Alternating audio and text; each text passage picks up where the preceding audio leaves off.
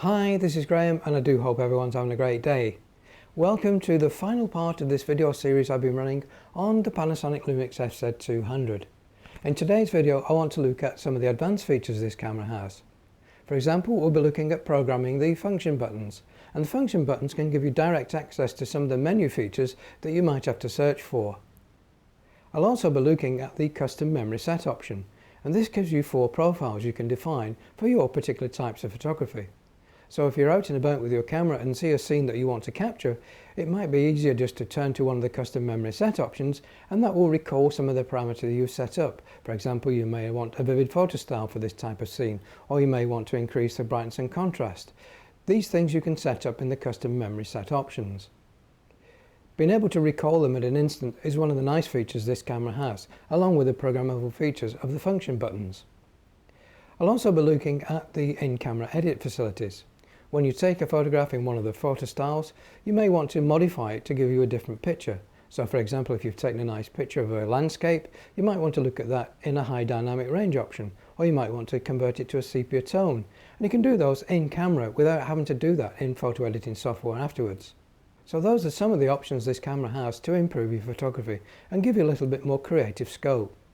So let's start by looking at how we set up the 3 function buttons, in particular the function 1 and function 3 buttons, as they are unassigned at the moment. The function 2 button shares the facility with the exposure lock button. So you can either have 3 programmable buttons or the function 1 and function 3 programmed. So let's look at how to define those in the menu setup. There are 3 programmable function buttons on the camera. Function 1 is the one on the top plate. Function 2 shares its functionality with the autofocus auto exposure lock, and function 3 is a dedicated button just above the navigation button. Directly programmable are the function 1 and function 3, and if you wanted to take off the functionality of the autofocus auto exposure lock and assign it to one of the other functions, you can do that in the menu, but I tend to leave autofocus auto exposure lock enabled because that's a handy feature for using in the camera mode. To gain access to the program feature, we need to go into the setup menu, and it's in the tools menu, so we need to come across to tools, then cursor through until we find the function button set menu. Function button set allows us to cursor across to the right hand side and gives us the option to define function 1, function 2 or function 3. So if I wanted to define function 1 as the photo style, then I can press menu set, and that gives me the option now to assign any one of these 3 pages of functions to function 1 button. So I'm going to assign it to photo style, so I press menu set, and that then assigns the function 1 button to photo style. The function 2 button, if I wasn't going to use it for autofocus exposure lock, then you can assign this to another function. But as I said, I leave function 2 left to autofocus auto exposure lock, so I'm left to define function 3. Having left the function 2 button programmed for the autofocus auto exposure lock, it just leaves me the function 3 button. So if I cursor down to function 3 and press again menu set, it gives me the option to assign it to the functions we saw in function 1, photo style, aspect ratio, quality, etc. I'm going to use the facility to auto bracket, as it saves me going into the menu to set up the auto bracket option. So again I press menu set, and that locks it to function 3. So if we come out of the menu, if I now press function 3, it will give me access to the auto bracket mode, and it now allows me to set the auto bracket range that I want to use. At the moment I'm set to one of the scene modes, which is soft skin. So if I try to press the function 1 button, it won't allow me to change the photo style, as the photo style is defined within the scene mode menu. So if I go to a P mode, then if I press the function 1 button, it should allow me to assign a photo style. So now I can cursor through to the type of photo style that I want. So using the function buttons gives you quicker access to those functions rather than going through the menu or even the quick menu option. So I think you'll find that those are useful buttons to assign to the functions that you find you're commonly switching to in the menu options.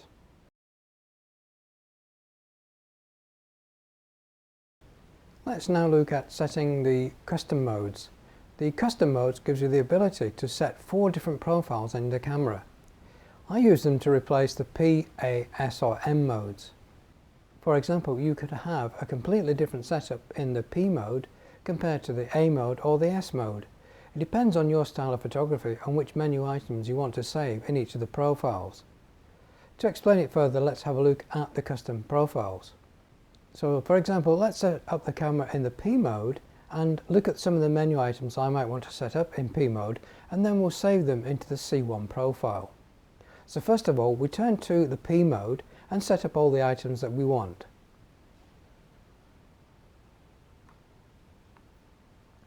So I've now set the camera to the P mode, and if I turn on the display to show all the options, we can now see that we're in the P mode. I now want to set all the other parameters that I want to use within the P mode. So for example, I might want to use a vivid profile in my setup. So the first thing we'll do is go to the photo styles, which I've got programmed on the F1 function button. So I'll now change to the vivid setup and save it. And I might want to change the format that I'm recording in. At the moment I'm shooting in HD at 16:9. If I wanted to set a 43 and 12 megabit profile for the P mode, I need to go into the menu and I will set 43 as the format ratio and the size will be 12 megapixel. I might want to change the way the focus mode works, and I might want to change the metering mode. So anything that I set up in the menu will be reflected into the C1 profile when we set it. So for example, if I now go into the menu, I can change the photo style, I can change the aspect ratio, the picture size, the quality of the image. ISO increments will be constant throughout the whole range, so that can't be changed. As with the extended ISO, you can turn face recognition on and off, and that will be remembered. You can change the autofocus mode, and also that will be remembered. So if I change this to full area autofocus, it will be remembered in this setup. The autofocus style, whether I have autofocus flexible or autofocus single, I'm going to change autofocus single. Quick autofocus, the exposure lock button. Again, the metering mode will be remembered, so I'm going to change that to center weighted. Digital zoom I leave set off. Stabilizer will be on. Autofocus assist lamp can be left on or off. You can change the flash parameter, so if I change this to always fire, and those are the options you'll be able to save in the profile.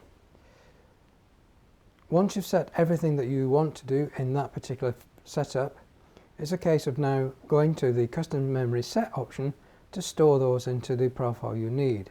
So if we go into the menu again, and if we go over to the tools menu and go to page 2, you see we have the custom set memory option.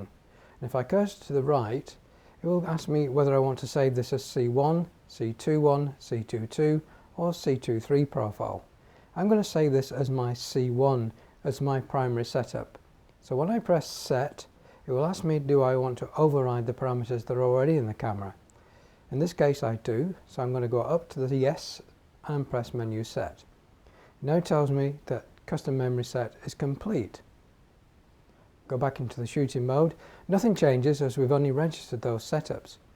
But for example, if I went back to another mode, the aperture mode, and I change any of the values in that, let's say for example I change my photo style to a natural photo style, normally if I go back to the P mode it will remember the fact that we're in natural photo style. So this is where the beauty of the custom memory set profile comes in. If I wanted to get back to my P mode with all the parameters that I've set, rather than having now to go back through all the menus and check that I've got them set correctly, I can turn the camera to the C1 position. When I go to C1, everything that I set in the C1 profile is now recalled into the camera.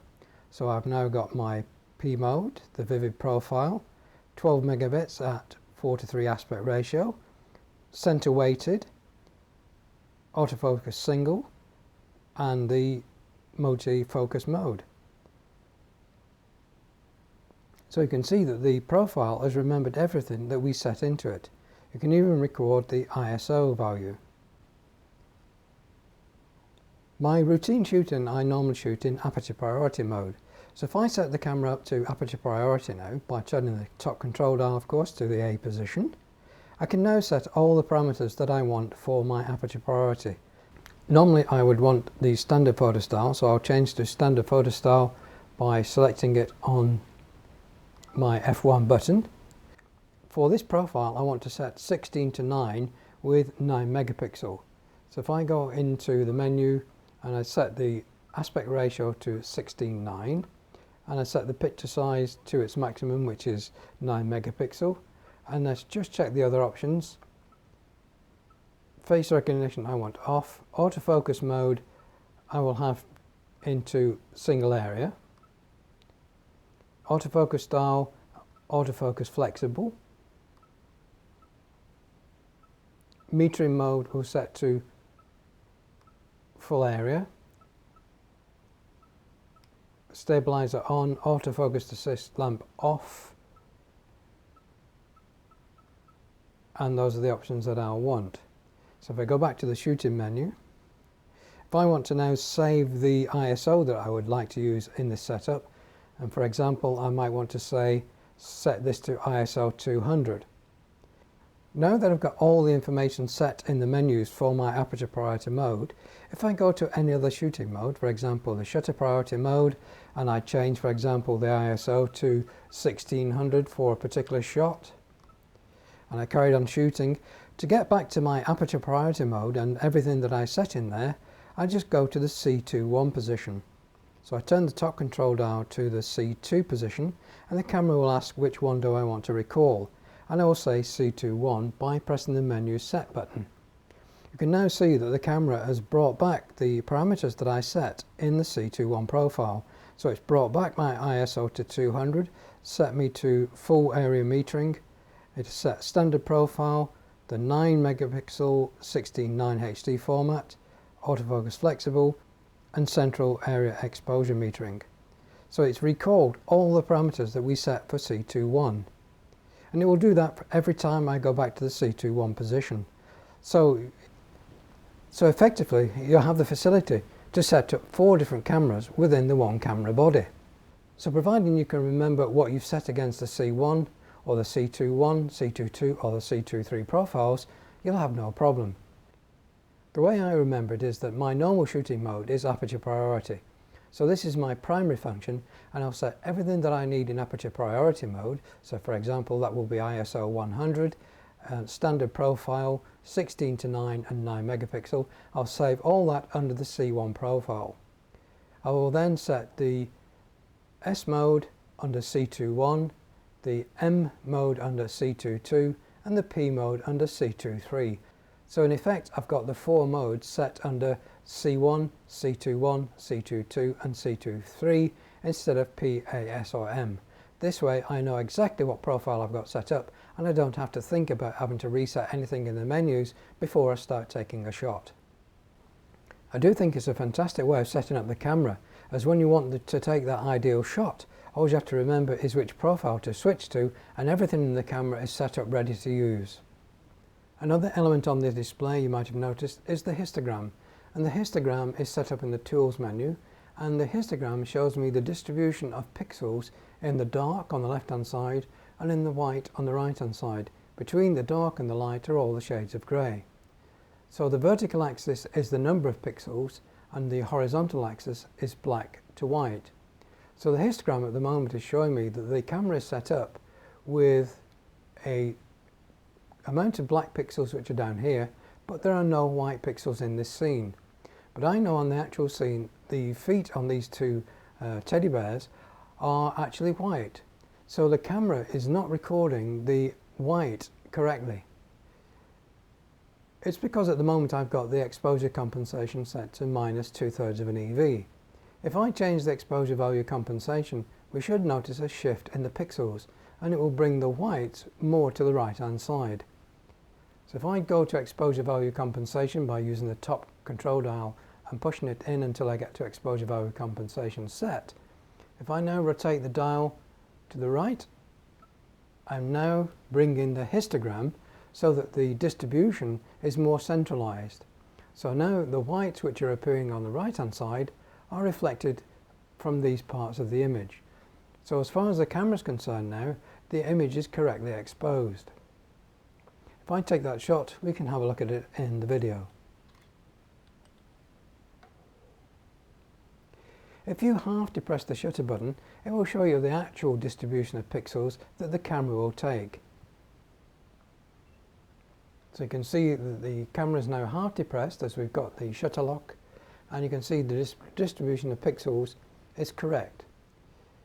If I change the exposure value compensation again and make it minus, when I half press the shutter button, you can see that the camera is in fact showing me that I will be underexposing this scene because there are no white pixels on the right hand side.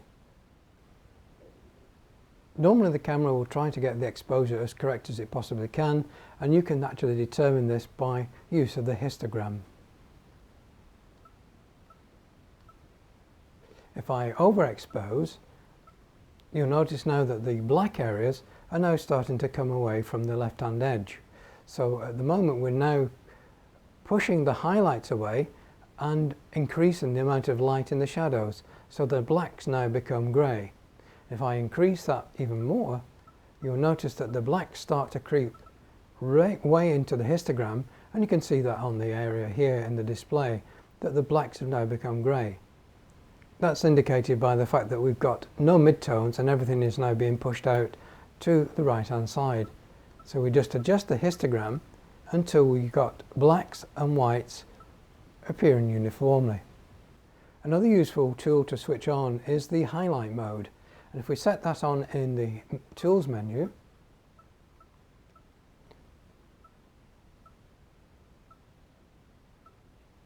and it's there on page 4, we cursor down to highlight, you've got the option to turn it on or off. With it set to on, when you take a picture, if there are any areas of highlights which are clipped, they will flash black on the screen. So if I take this picture now, you'll notice that on the ribbon on the teddy bear, the camera was indicated that we've got clipped highlights. And if I view that in the replay mode, it will hold that for you, so you can actually see the areas that are being overexposed.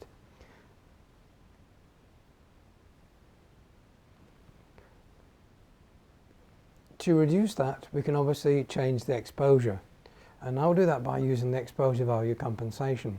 So I'll now adjust the exposure value compensation until the point where when we take the picture we don't get any of the highlights being clipped.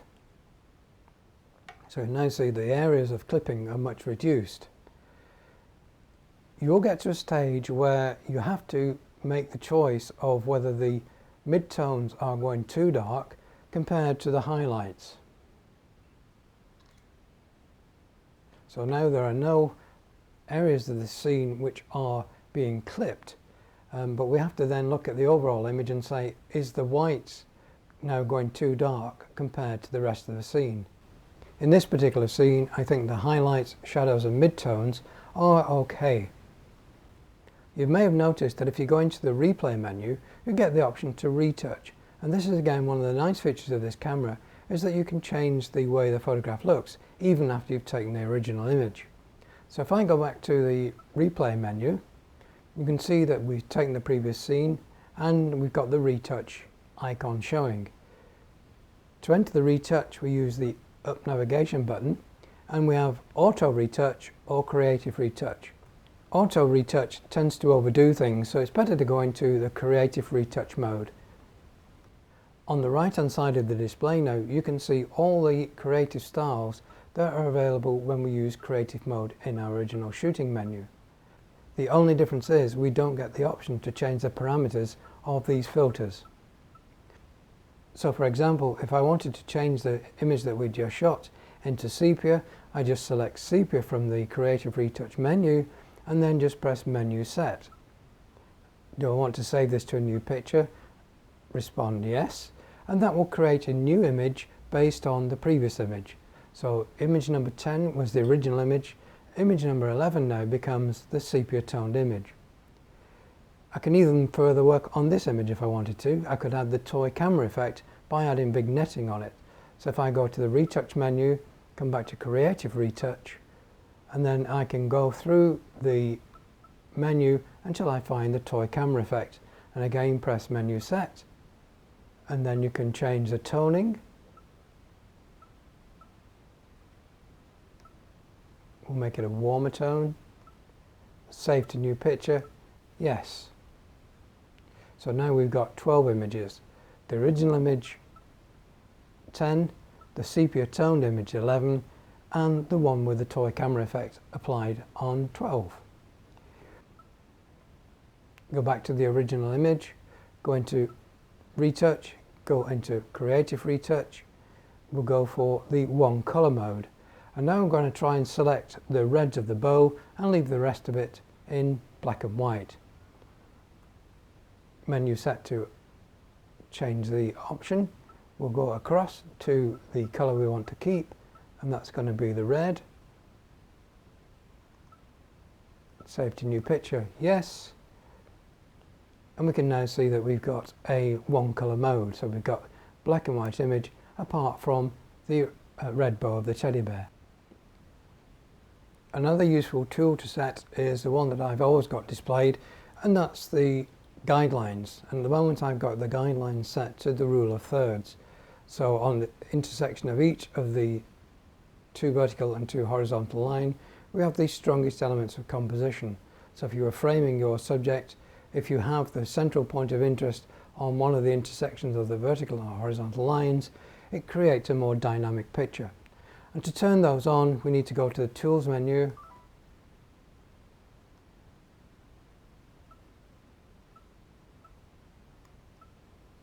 and if we scroll through, you can see we've got Guideline on page 3, and get the opportunity to set the rule of thirds, a center cross, or adjustable cursors. If you set the adjustable cursor mode, then it allows you to change the position. You can change the vertical position, and you can change the horizontal position by using the cursor keys. I don't find those as useful as setting up the rule of thirds. So go back to the setup menu and select the rule of thirds. You can now see that we have the rule of third grid lines. Well, that's it for this video, and in fact this video series on the Panasonic Lumix FZ200. I want to say a big thank you to all of you who have actually made comments on these series and for the encouragement that you've given me. It's also nice to know that a lot of you have now managed to understand the camera in more detail rather than trying to follow the very sketchy Panasonic user's manual. So thanks again for following, and I hope to see you in later videos when I do some more reviews on other camera products or accessories for the FZ series of cameras. So until then, thanks again for watching, have a safe day, and bye for now.